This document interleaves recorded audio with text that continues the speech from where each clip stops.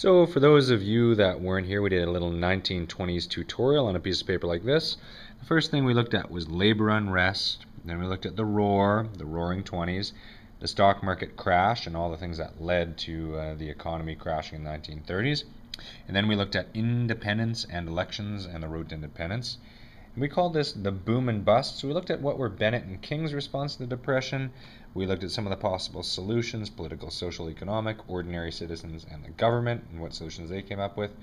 We looked at political changes, and we also looked at diversions and distractions from despair. So this is what the class came up with in our discussions, if you weren't here, and we talked about at the very beginning of the 1920s, wasn't quite the roaring 20s yet. 1919 was the year with the most strikes in Canadian history. Veterans were unhappy they returned and they had no health care. They returned to prohibition. Women had taken away their booze while they were gone, even though they had rations of liquor every single day on the front. At war, they had no jobs, factories were shut down, little support, no pensions, low-paying jobs, and they looked at all these profiteers who'd stayed behind during the war and they said, well, that's not fair. We fought for our country. Many of our friends died. We have legs amputated. Some of us have ears gone. Some of us have long-term damage in general, and we have absolutely no pensions, and profiteers made millions for staying back here and working in cushy factories. Eventually now, Canada does get a very generous pension of $240 a year as a result of what happened. So all these strikes happen, people are upset, and the Winnipeg General Strike occurs. Now what this is it's a conflict between workers who want higher wages, the right to collective bargain, and better working conditions in general, a smaller work week. They form the OBU, or One Big Union, perhaps the most creative name possibly come up for a giant union. Now 30,000 workers belong to the One Big Union and the strike team that eventually breaks out.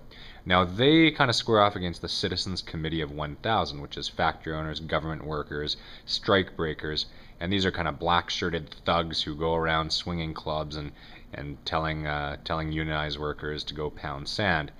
What this plays into, and why the Citizens Committee of 1,000 is so upset and the government's so upset about this Winnipeg General Strike, is 30,000 workers have gone on strike, starting with the phone ladies.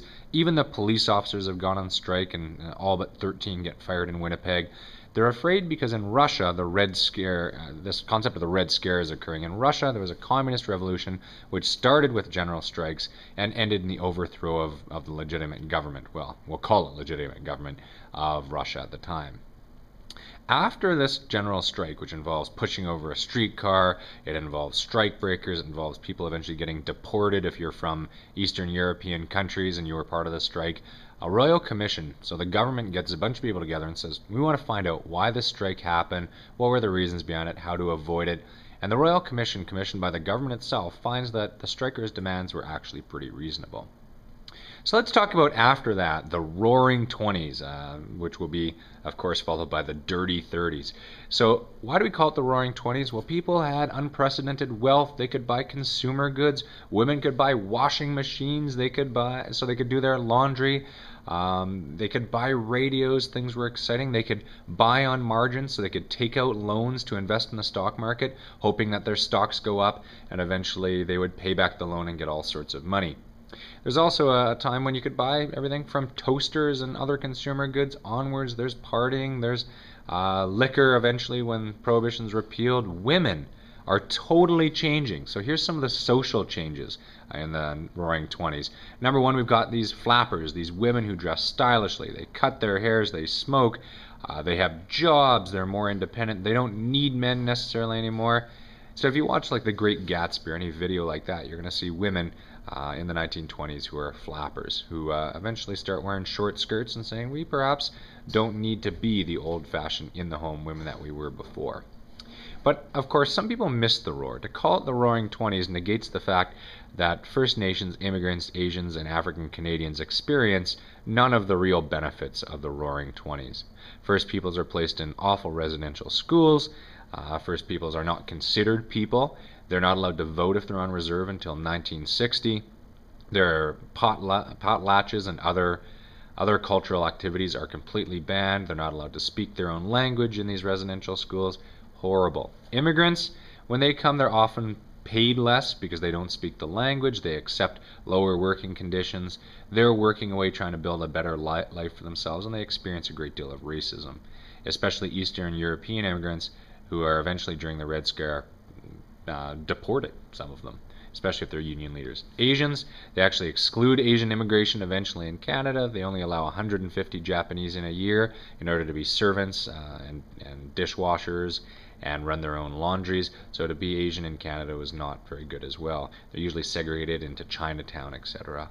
African Canadians also experience racism and segregation, much like in the States. But one small happy point to remember is that the Edmonton City Council in the 1920s refused to ban African Canadians from parks, etc. But still, a lot of racism. Ku Klux Klan exists in Canada during this time period as well. Things in the 20s were great, eventually leads to a giant crash and the crushing depression of the 1930s. So the stock market crashes on Black Tuesday, Black Friday, depending on what information you're looking at. The Toronto Stock Exchange, New York Stock Exchange plummet, and it's due to a lot of reasons, such as buying on margin, etc. But there are 4 underlying causes of the crushing depression in the 30s that aren't just the stock market crash. That's more the trigger. Number 1 is overproduction. We've got way too many consumer goods. They're sitting in factories. People aren't buying them because they already have their own toasters, etc. Why buy another one? So that company not selling toasters because they've overproduced isn't able to make money. They have to lay off employees. Those laid off employees can't spend money elsewhere, and eventually leads to this awful cycle. There's also an overexpansion in agriculture. At this time period, we have too much wheat. And when you have too much food on the market, it's actually a bad thing for farmers because they're not going to make any money because it actually drives the price down. So farmers aren't doing so well either. Eventually, we're going to have the complete opposite problem in the prairies, where dust storms, etc., are going to take away crops and make it so we can't grow anything. In fact, not a drop of rain falls in some places for quite some time. There's also technological displacement. In these new factories, we have all sorts of robotic equipment that's actually taken people's jobs. Also, stock market and banking system is in complete disrepute in this time period. They actually have to close some banks because they don't have money once there's run on money. Now, there's certain things that make the depression worse. We talked in class about how windstorms, dust storms, drought, Pallister's Triangle, an area in the prairies that gets hardly any rain. Eventually, the wind blows the dust from the prairies all the way up to the Arctic. It's so awful. And then a bunch of locusts come and eat the rest of the food that's still there. So this is why it's even worse.